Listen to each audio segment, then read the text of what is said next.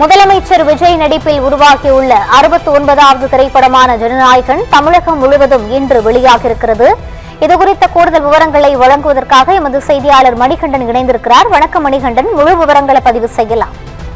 நிச்சயமாக முதல்வர் விஜய் மற்றும் இயக்குனர் உருவாக்கியுள்ள ஜனநாயகன் திரைப்படம் உலகெங்கும் காலை திரையரங்குகளில் வெளியானது. அதன்படி தூத்துக்குடி மாநகரில் 4 திரையரங்கில் ஜனநாயகன் படம் வெளியாகிறது.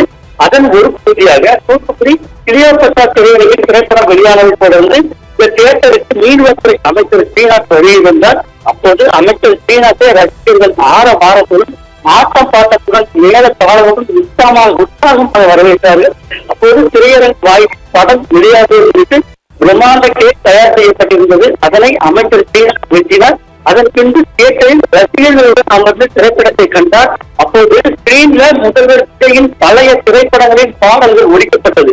அப்போது திடீரென எழுந்து நின்று அமைச்சர் ஸ்ரீநாத் தளபதி வாழ்க தளபதி வாழ்க என்று போட்டுவிட்டார். அப்போது ரசிகர்களும் தளபதி வாழ்க என்று போட்டுகளை எழுப்பினார்கள்.